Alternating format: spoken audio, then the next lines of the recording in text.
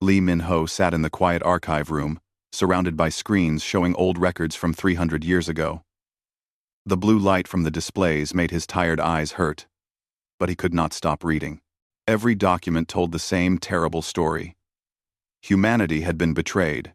The young historian touched the screen, pulling up the trial records.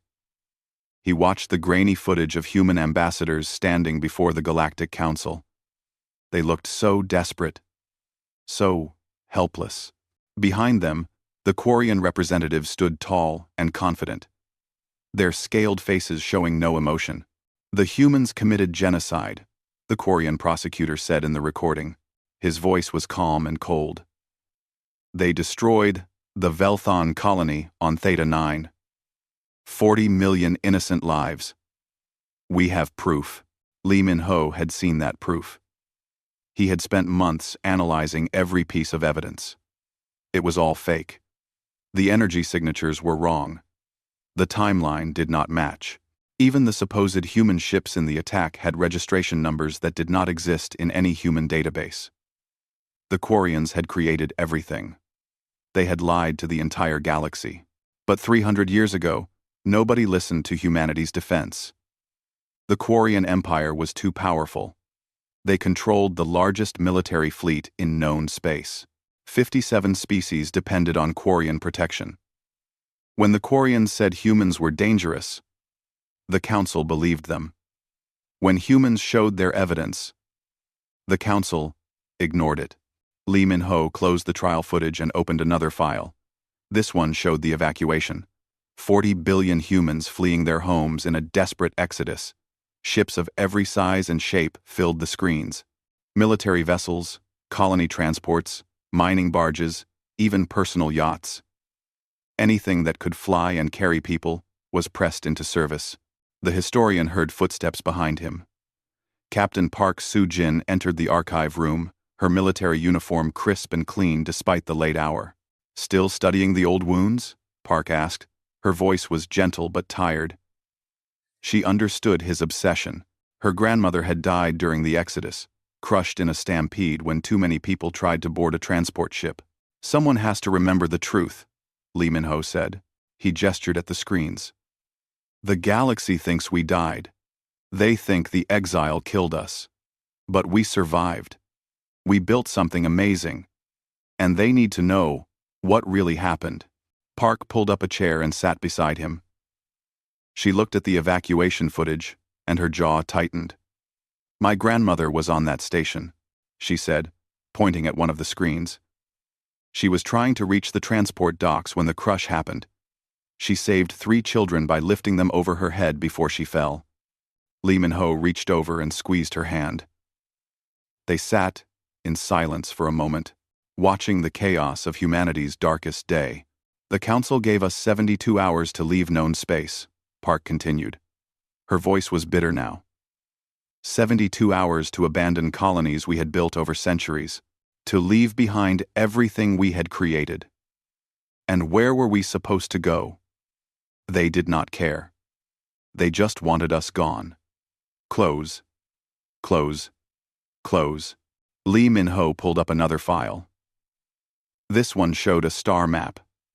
A young human captain appeared on screen, her face dirty and exhausted. She was broadcasting to the Exodus fleet.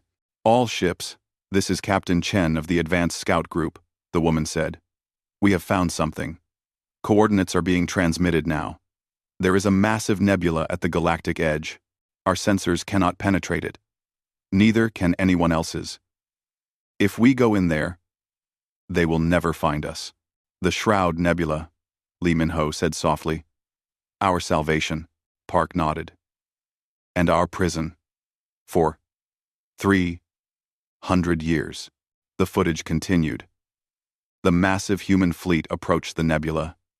It stretched across space, like a purple and blue wall of gas and dust and energy.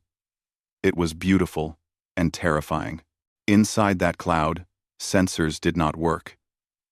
Communication was difficult.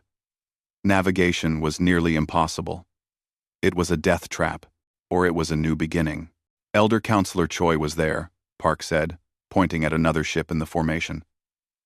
He watched his homeworld disappear behind them as the fleet entered the nebula. He told me once that he cried for 3 days straight. Lee Min-ho switched to more recent files. These showed what humanity had built inside the Shroud Nebula. 47 star systems now held human colonies. Over 200 stations orbited various worlds and asteroids. The population had grown from 40 billion to more than 60 billion. Humanity had not just survived. They had thrived. But they had also changed. Isolated from the galaxy, forced to adapt to the nebula's strange conditions, humanity had developed technology unlike anything the Council species used. Phase shift drives that moved ships without using hyperspace. Gravitational manipulation systems that could build stations in impossible locations. Quantum-anchored communications that worked even through the densest nebula clouds. The Commonwealth of Free Worlds governed it all. Every human colony had a voice. Every station sent representatives. Democracy had replaced the old corporate federations and nation-states. Shared suffering had united humanity in ways that peace never could. An alarm suddenly beeped on Lee Min-ho's console. He frowned and pulled up the alert. His eyes went wide. "Park, you need to see this," he said urgently. The captain leaned forward, reading the message. Her face went pale. "A Quarian scout ship," she whispered. "It breached the nebula's outer edge. Our patrol captured it 3 hours ago." Lee Min-ho felt his heart racing. Do they know? Did the scout send any messages before we caught it? Park was already pulling up more information on her personal tablet. She read quickly, her expression growing more concerned with each passing second. "The pilot is alive. He is in detention on Station 17. The ship had an emergency beacon. It activated automatically when the ship entered distress." She looked up at Lee Min-ho, and he saw fear in her eyes. "The beacon broadcast for 47 minutes before we could shut it down. Then they know," Lee Min-ho said. His voice was hollow.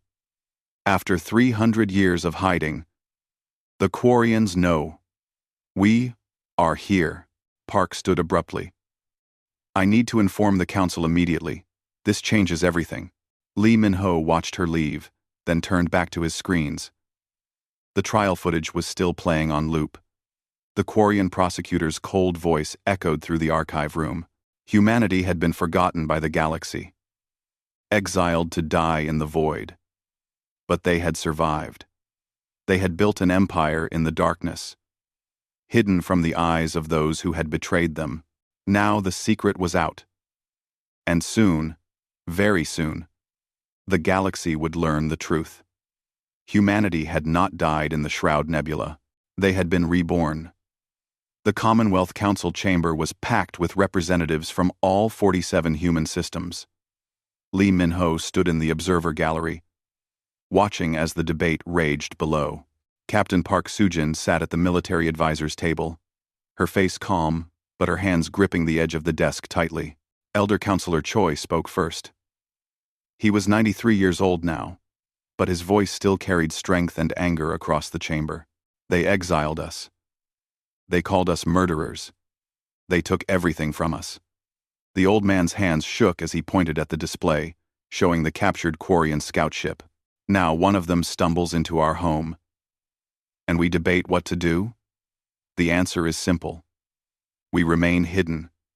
We let them wonder. And if they come looking, we defend what we have built." Several counselors nodded in agreement. Lee Min-ho understood their fear. For 300 years, safety had meant invisibility. The nebula protected humanity because nobody knew they were there. But another voice rose from the chamber floor. Kim Da-yoon, a young diplomatic corps officer, stepped forward to speak. She was only 30 years old, part of the generation born inside the nebula. To her, the exile was history, not memory. "With respect, Elder Counselor, hiding is no longer an option," Kim said. Her voice was steady and clear. "The Quarian beacon broadcast our location for 47 minutes. Even if we destroy every trace of that ship, questions will be asked. A Quarian military vessel entered the nebula and never came out. They will investigate. Then we destroy their investigation fleet too, another counselor shouted. Kim shook her head. And then another fleet comes. And another.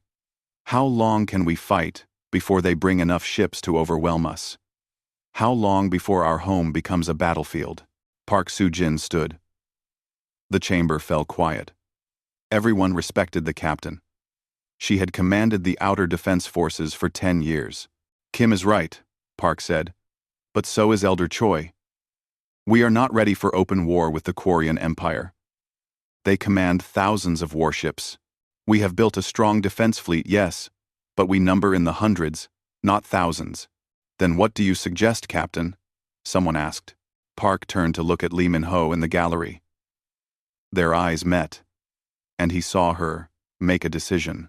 We tell the truth, Park said simply. Not to the Koreans, to everyone else.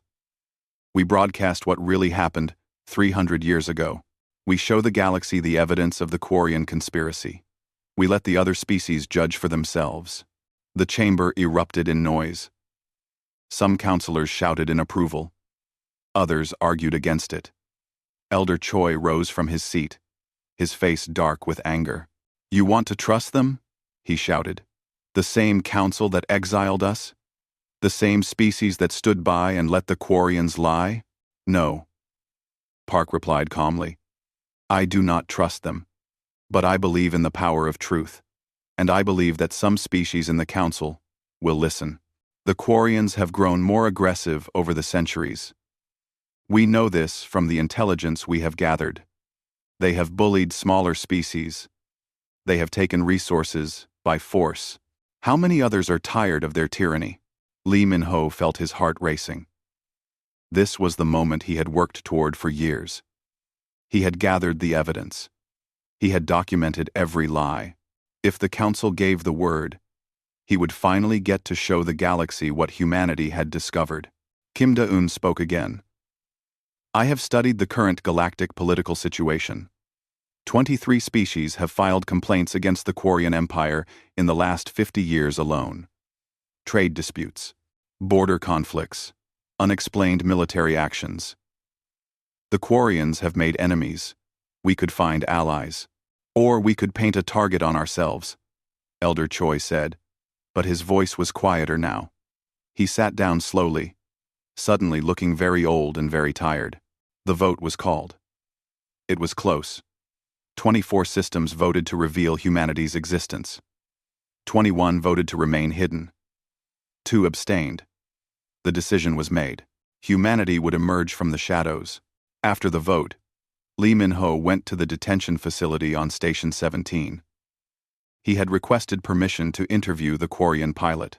The guards led him to a comfortable room where the alien sat, looking confused and frightened. Thex Kovar was young for a Quarian. His scales were still bright green, not yet faded by age.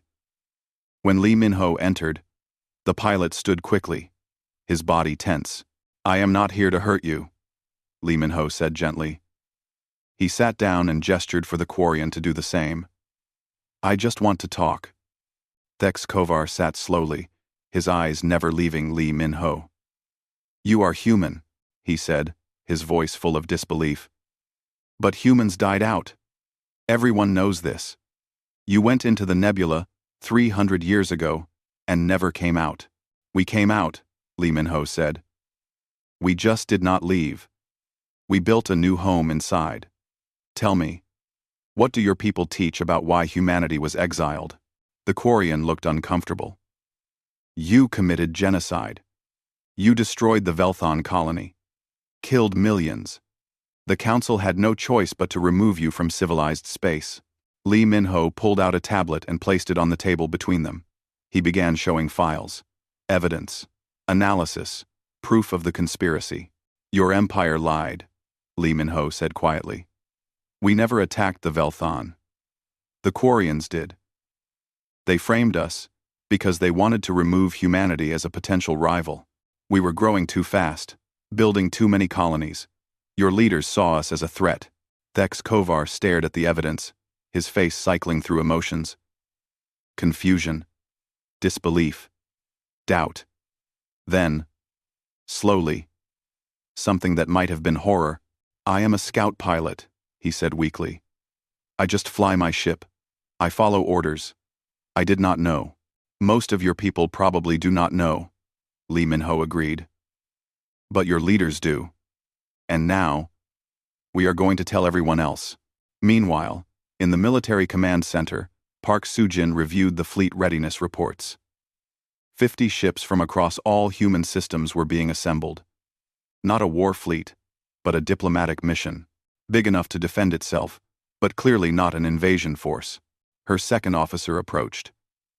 "Captain, the engineers say it will take 2 weeks to prepare the phase shift drives for coordinated emergence. We have never tried to have 50 ships exit the nebula simultaneously at different locations." "We have 2 weeks then," Park said. "I want every ship checked 3 times. No mistakes. When we reveal ourselves to the galaxy, we need to show strength and confidence." "And if the Quarians attack?" the officer asked.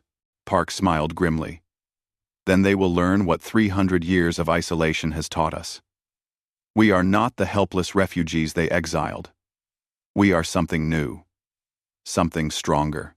Across the Commonwealth, preparations began. Lee Min-ho worked with a team of historians and technical experts to compile the evidence package. It had to be perfect, clear enough for any species to understand, backed by irrefutable proof. Kim Da-eun contacted her intelligence network, gathering information on every species in the council. Who might be sympathetic? Who were the Quarians' strongest allies? Who could be convinced to listen? Elder Choi watched it all from his quarters on the archive ship. He had voted against revelation. But now that the decision was made, he would support it. That was how democracy worked, but deep inside, he was afraid. He remembered the exodus, the terror, the loss, and he feared that humanity was about to face that darkness again. 2 weeks passed quickly. The 50 ships of the First Contact Fleet gathered at the nebula's edge. Each one carried part of humanity's message. Each one would emerge in a different location near Council space. Park stood on the bridge of the flagship. Lee Min-ho was beside her, carrying the master copy of the evidence. Kim Da-eun coordinated with the other ships, ensuring everyone was ready. "All ships report ready," Kim said. Park took a deep breath. "Then let us show the galaxy that humanity never died. Begin phase shift. It is time to come home." The broadcast began at exactly the same moment across 50 locations. Human ships emerged from phase shift near major trade routes, communication hubs, and council stations. Every ship immediately transmitted the same message on all known frequencies, in every recognized galactic language. Lee Min-ho stood in the broadcast chamber, speaking into the camera. His voice was calm, but his hands trembled slightly as he held his notes. 300 years ago, humanity was exiled from known space, he began. The Galactic Council declared us too dangerous to exist among civilized species. They said we committed genocide. They said we destroyed an entire colony world. They said we were monsters. He paused, letting the words sink in across thousands of worlds. They lied. Behind him, screens began showing documents. Evidence. Communication intercepts. Energy signature analysis. Everything humanity had gathered over 3 centuries of careful research. The Quarian Empire fabricated the entire case against humanity, Lee Min-ho continued. They destroyed the Velthan colony themselves and blamed us. They created false evidence. They pressured the council to act quickly, before anyone could verify their claims. Why? Because humanity was growing too powerful. Our colonies were thriving. Our technology was advancing. We were becoming rivals to Quarian dominance. On the bridge, Captain Park watched the communication boards light up with incoming signals. Some were demands that they stop broadcasting. Others were requests for more information. Many were simply confused questions. "Captain, we are receiving a direct message from the Quarian Military Command," her communications officer reported. "They are demanding we cease transmission immediately and return to the nebula." "Ignore it," Park said. Keep broadcasting. Lee Min-ho's broadcast continued. He showed the original trial footage, then presented the analysis proving the evidence was false. He showed communication records between Quarian military officials discussing the frame-up. He showed energy signatures from the destroyed colony that matched Quarian weapons, not human ones. We have lived in the Shroud Nebula for 3 centuries, Lee Min-ho said. We survived. We built a new civilization. We grew stronger. But we never forgot what was done to us. We never stopped searching for the truth. He looked directly into the camera, and his voice grew stronger. We are humanity. We are still here, and we demand that the galaxy hear the truth. The broadcast played on loop for 6 hours straight. By then, it had reached nearly every inhabited system in Council space. Reactions varied wildly. On the Raxian homeworld, a major trade power, the government immediately ordered an independent investigation. They had suffered under Quarian trade restrictions for decades. The possibility that the Quarians had lied about humanity made them question everything else. The Telquarian Empire, a close Quarian ally, dismissed the broadcast as human propaganda. Their leaders refused to even review the evidence, but other species were not so quick to dismiss humanity's claims. The scientific community, in particular, began analyzing the evidence package. Independent researchers from a dozen species started publishing their findings. The energy signatures were indeed wrong. The timeline did not match. The evidence against humanity had serious problems. Then something unexpected happened. A transmission came from the Velthon homeworld. The species that humanity had supposedly genocide 300 years ago. Their leader, an elderly being named Sethis Vor, appeared on every major galactic channel. We are the Velthon, Sethis Vor said, his voice heavy with old pain. 300 years ago, our colony on Theta 9 was destroyed. 40 million of our people died. The Galactic Council told us that humans were responsible. They told us justice had been served when humanity was exiled. The old Velthon's face grew harder. They lied to us too. We always had doubts. The evidence never felt complete. But we were grieving, and we wanted someone to blame. Now, humanity has shown us what really happened. Quarian ships destroyed our colony. Quarian weapons killed our people. And the Quarian Empire blamed another species to hide their crime.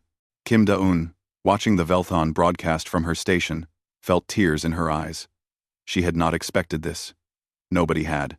The Velthon people stand with humanity, Sethis Vor declared. We demand a full council investigation. We demand accountability. And we demand that the galaxy recognize what was done to both our species. The Galactic Council went into emergency session. Species that had remained neutral suddenly had to choose sides. The Quarians tried to dismiss both the human and Velthon claims, but their denials sounded weak. Then the Council made a decision. They would send a peacekeeping force to the nebula's edge. They would investigate. They would hear humanity's full testimony. But the Quarian Empire was not willing to accept investigation. Admiral Zethix Moore, commander of the Quarian border fleets, received his orders directly from the Empress herself. The message was simple and brutal. Humanity cannot be allowed to destabilize the Empire. Their claims threaten our authority. Destroy them before this goes any further. 3 days after humanity's broadcast, Admiral Zethix Moore assembled his fleet. 200 warships. The most powerful military force in that region of space. His orders were clear. Jump to the nebula's edge. Deliver an ultimatum. If humanity refused to retreat back into the nebula and cease all communication, destroy them. On the human flagship, Park's sensors detected the Quarian fleet assembling. She watched the readings carefully, her tactical mind assessing the threat. They outnumber us almost 4 to 1, her tactical officer said nervously. Numbers are not everything, Park replied, but she felt the weight of command heavy on her shoulders. She had hoped for more time, hoped that the truth would be enough to prevent violence. She had been naive.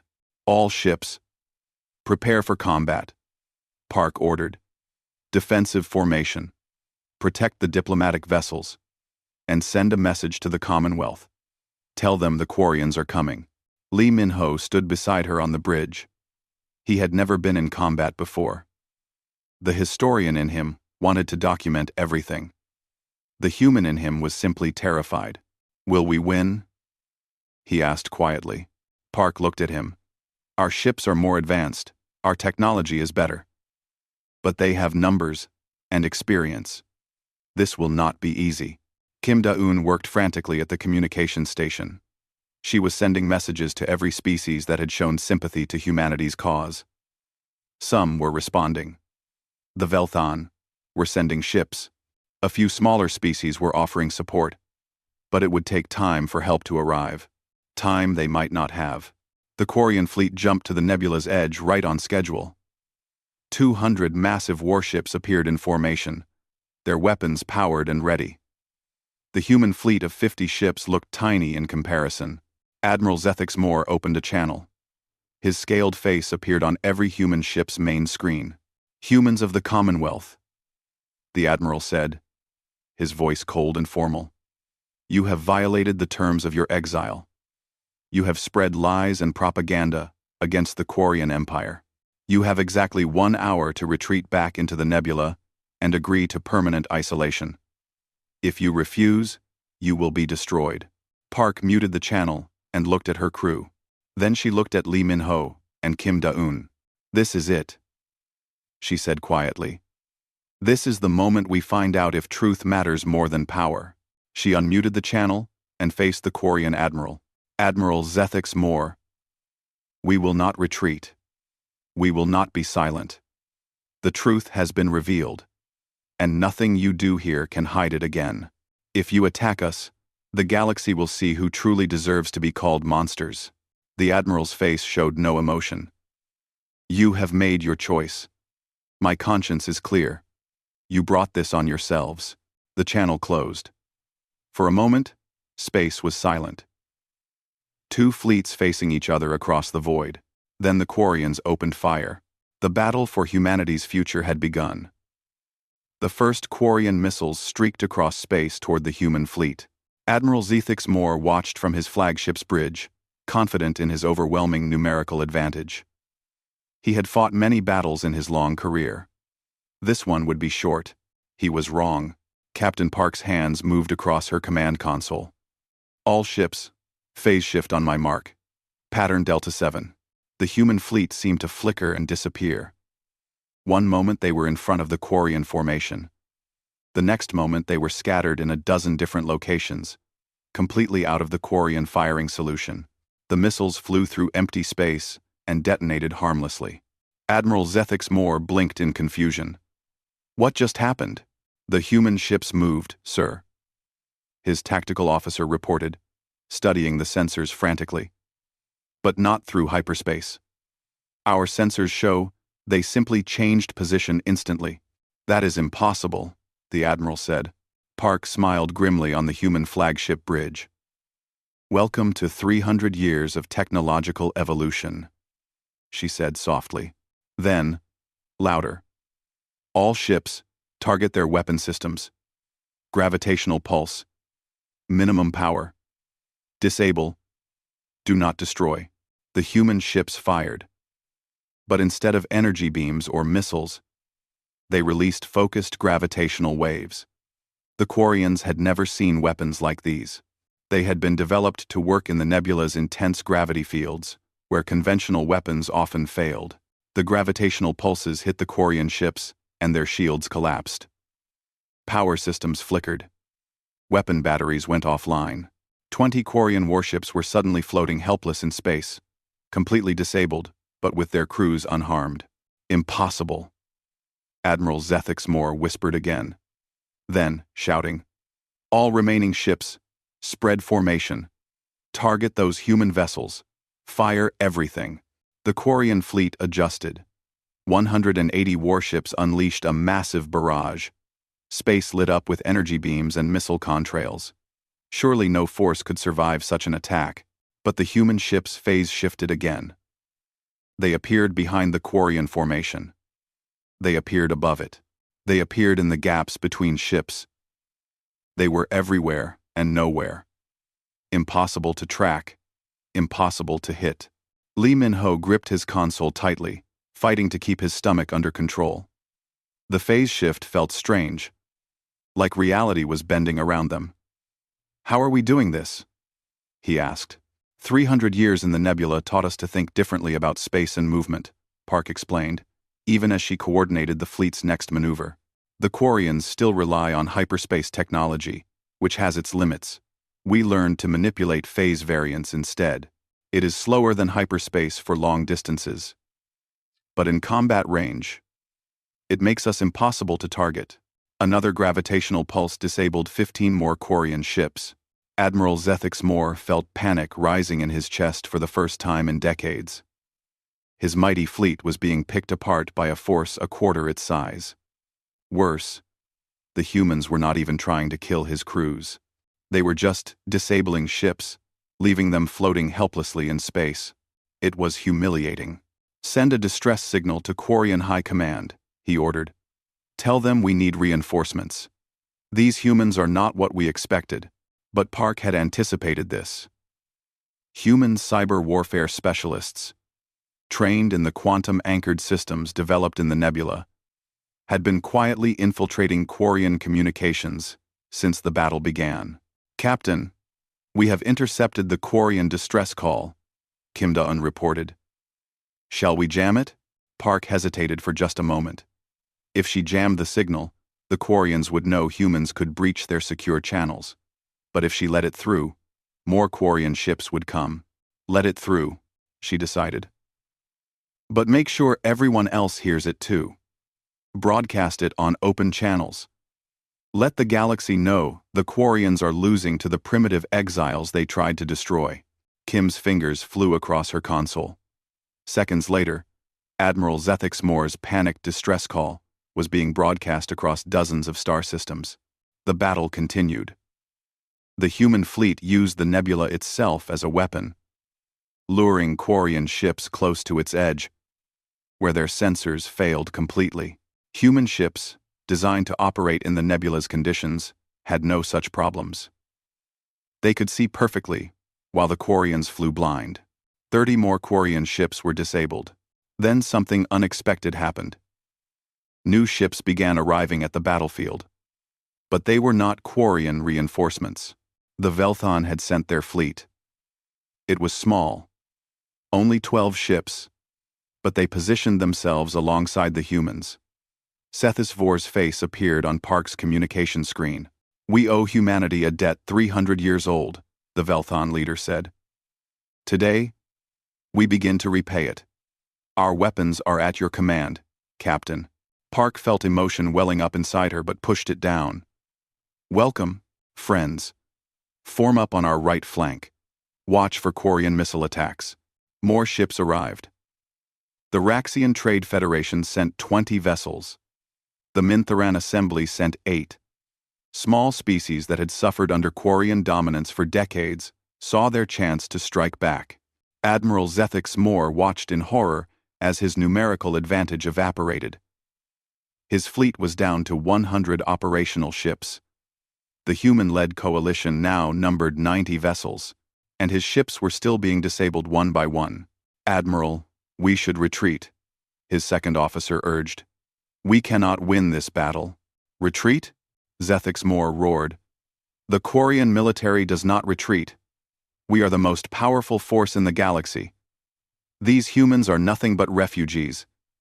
We will not be defeated by them." His words cut off as the human flagship phase shifted directly in front of his own ship.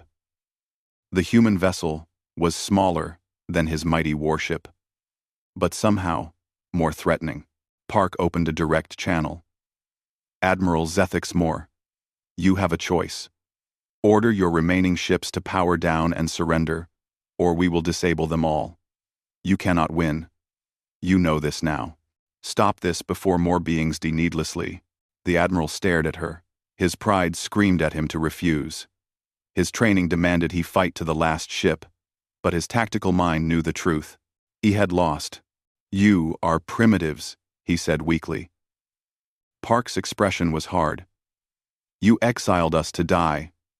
Instead, we thrived. You left us alone in the darkness. We learned to see in it. You thought isolation would destroy us. It made us stronger. That is what humanity does, Admiral. We survive. We adapt. For a long moment, silence hung between them. Then Admiral Zethixmore slumped in his command chair. All Quarian ships, he said tiredly. Power down weapons.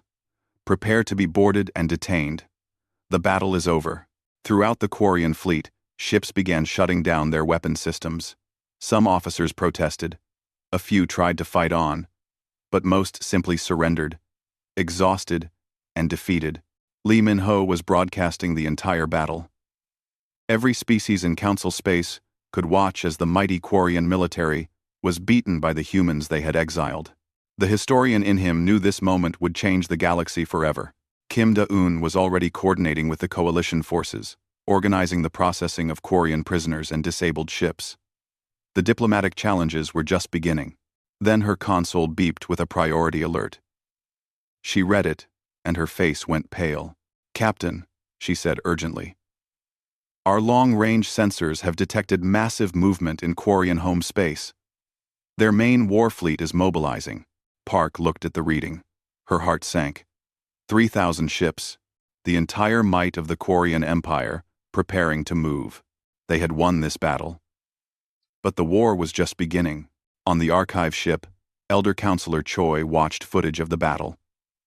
He saw human ships dancing through space. He saw the coalition forming. He saw the Quarians surrender. And he wept. Not from sadness, from relief, from pride.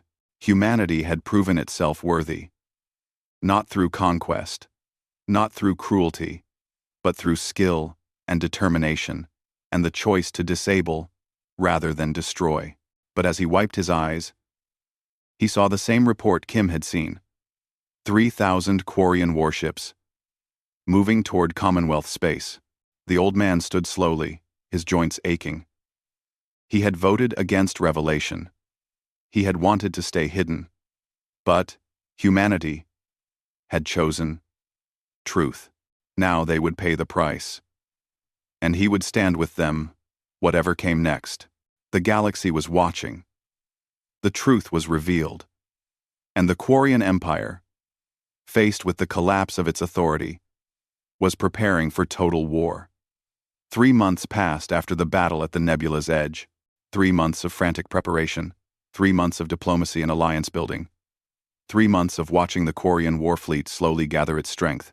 Lee Min-ho stood in the Commonwealth War Council chamber, presenting his latest intelligence findings.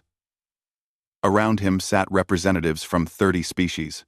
What had started as a human defense had become something much larger.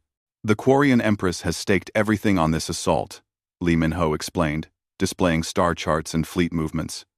She cannot allow our revelation to stand. If the truth about the frame-up becomes accepted fact, her entire empire collapses. Species that have lived under Quarian dominance for centuries will rebel. Her only option is to destroy us so completely that our claims die with us. Kim Da-eun added her analysis. We have secured formal alliances with 17 species. Another 13 have sent ships to support the defense, though they will not commit to formal alliance. That gives us approximately 800 warships. Against 3,000, someone muttered. Against 3,000, Kim agreed. The numbers are not in our favor. But we have advantages the Quarians do not. Captain Park stood and activated the tactical display. It showed the nebula and the space around it. We will fight at the nebula's edge. It is our home territory. Our ships can phase shift into the nebula and back out. Quarian ships cannot follow without becoming hopelessly lost. We can use it for cover, for surprise attacks, for retreat if necessary. You are talking about guerrilla warfare, the Raxian ambassador said. I am talking about survival, Park replied. Elder Counselor Choi spoke from his seat. His voice was weak now. The stress of the past months had taken its toll on the old man's health. And if we lose? What then? Lest. What? What? The chamber fell silent. Lee Min-ho was the one who answered. Then we lose. But the truth is already out there. Even if every human dies, the galaxy knows what the Quarians did. Other species will carry on our fight. That is why we had to reveal ourselves, Elder. Not just to survive, but to ensure the truth survives. Choi nodded slowly. I understand now. I was wrong to vote for silence. Sometimes, the only way forward is through the fire. Preparations intensified. Human engineers worked with allied species to share technology. Phase shift drives were too complex to install on other ships quickly. But gravitational weapons could be adapted. Sensor systems were upgraded across the coalition fleet. Kim Da-eun spent every waking hour on diplomatic channels. She was building something unprecedented. A true coalition against tyranny. Species that had never worked together were training their crews side by side. Ancient rivals were setting aside disputes to face a common enemy. Meanwhile, Lee Min-ho made one final discovery. His cyber warfare team, hacking deep into Quarian secure networks, found something extraordinary. Captain Park, you need to see this, he said urgently, bursting into her ready room. Park looked up from fleet readiness reports.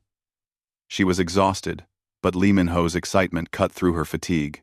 We found the Empress's personal archives, Lee Min-ho explained, pulling up files on the room's display.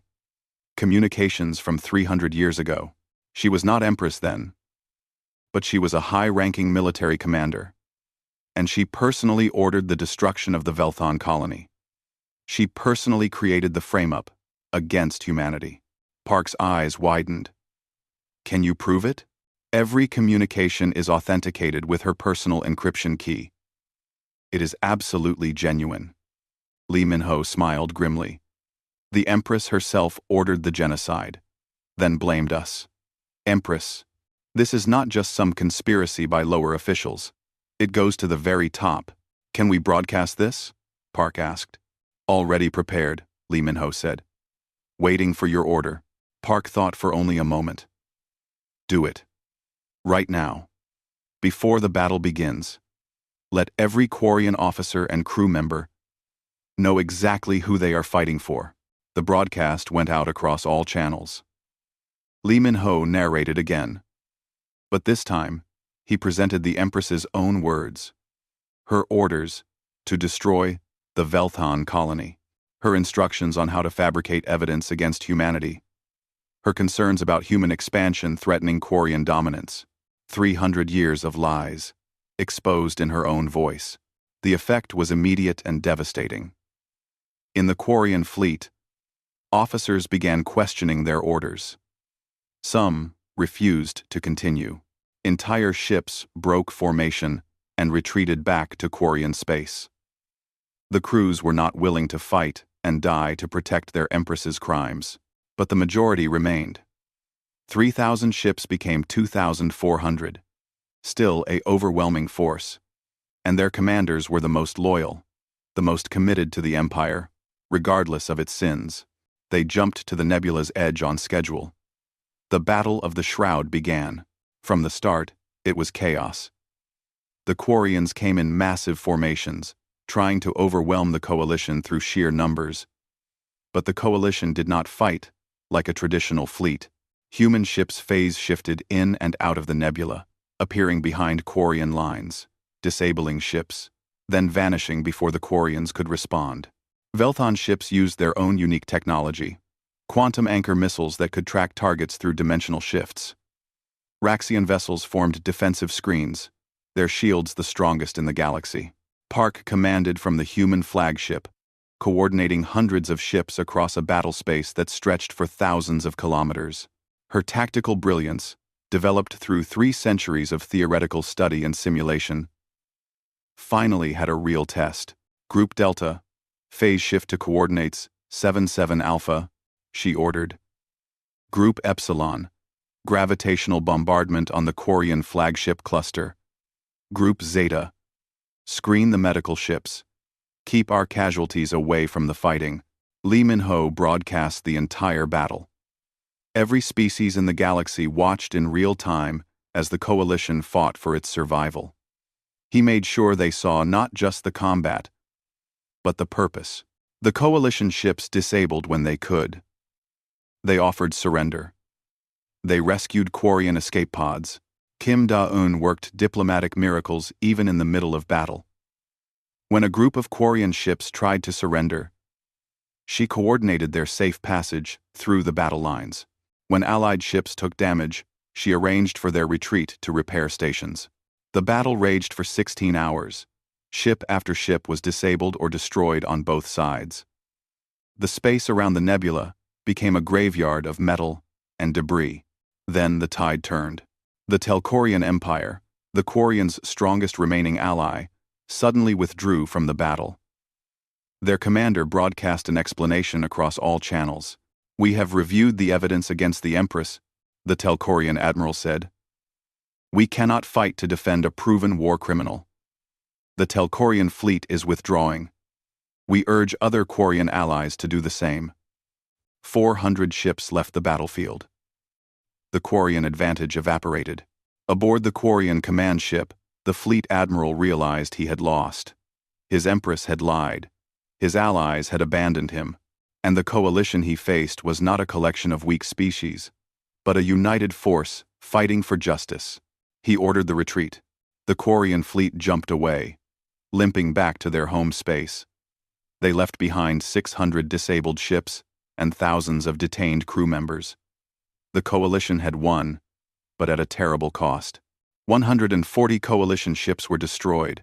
Thousands had died. In the War Council chamber, exhausted representatives embraced and wept. They had survived. Against impossible odds, they had survived. But the aftermath was just beginning. The Galactic Council convened an emergency session. The evidence against the Empress was irrefutable. She was arrested and brought to trial. The Quarian Empire fractured as member states declared independence. 100 years of tyranny collapsed in weeks. A new Galactic Council formed. This one included humanity. It included the Velthon. It included all the species that had fought in the coalition. The age of Quarian dominance was over. 6 months after the battle, Lee Min-ho published his complete history. It became required reading across the galaxy. Young beings of every species studied how humanity had survived, how truth had defeated tyranny, how unity had overcome oppression. Captain Park accepted command of the new multi-species defense coalition. Her job was to ensure no species would ever dominate others again. She approached it with the same careful determination she had shown throughout the crisis. Kim Da-eun became humanity's first representative to the new Galactic Council. At 30 years old, she was the youngest counselor in history, but she had earned her place through skill and dedication. Elder Counselor Choi lived just long enough to see the new era begin. He died peacefully in his sleep aboard the archive ship, finally able to let go of the pain he had carried for so long. At his funeral, representatives from 40 species came to honor the man who had survived humanity's darkest day and lived to see its brightest. The Shroud Nebula opened its borders. Other species could enter now, share technology, build together. The secrets humanity had developed in isolation became gifts to the galaxy. 10 years passed. The nebula's edge became a symbol of unity rather than exile. Mixed species stations orbited the phenomenon. Joint research facilities studied the unique conditions that had forced humanity to innovate. Cultural centers celebrated the diversity of galactic civilization. Lee Min-ho was an old man now, though not as old as Choi had been. He sat in the same archive room where his journey began, updating his histories with new developments. A young Quarian student entered, nervous and respectful. "Historian Lee," she asked, "I am writing a paper on the exile. May I ask you a question?" Lee Min-ho smiled and gestured for her to sit. "Of course. How did humans forgive us?" the student asked. "My people committed terrible crimes against yours. We exiled you. We tried to destroy you. Yet now, Humans and Quarians work together. How? Lee Min-ho was quiet for a moment, thinking. Finally, he spoke. We learned something in the nebula. Something about what it means to be human, but also what it means to be a thinking being anywhere in the universe. We learned that survival requires not just strength or intelligence, but the choice to be better than those who wronged us. He stood slowly, looking out the window at the bustling station beyond. Ships of a dozen species moved through space in harmony. Your Empress chose cruelty and lies. We could have chosen the same. We could have emerged from the nebula seeking revenge, wanting to hurt those who hurt us. But that would have made us exactly what the Quarians falsely claimed we were: monsters. He turned back to the student. Instead, we chose truth. We chose justice.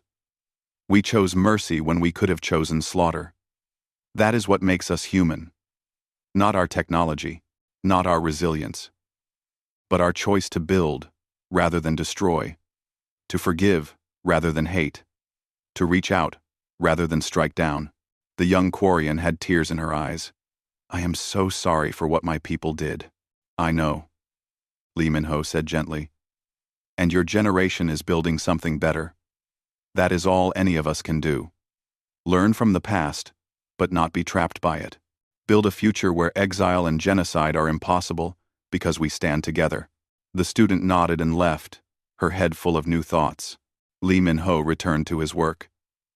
Outside, the galaxy turned. Humans and aliens worked side by side. The age of exile was over. The age of unity had begun, and humanity, forgotten and exiled, had not just survived. They had shown the galaxy what forgiveness and determination could achieve. They had built an empire not of conquest, but of hope.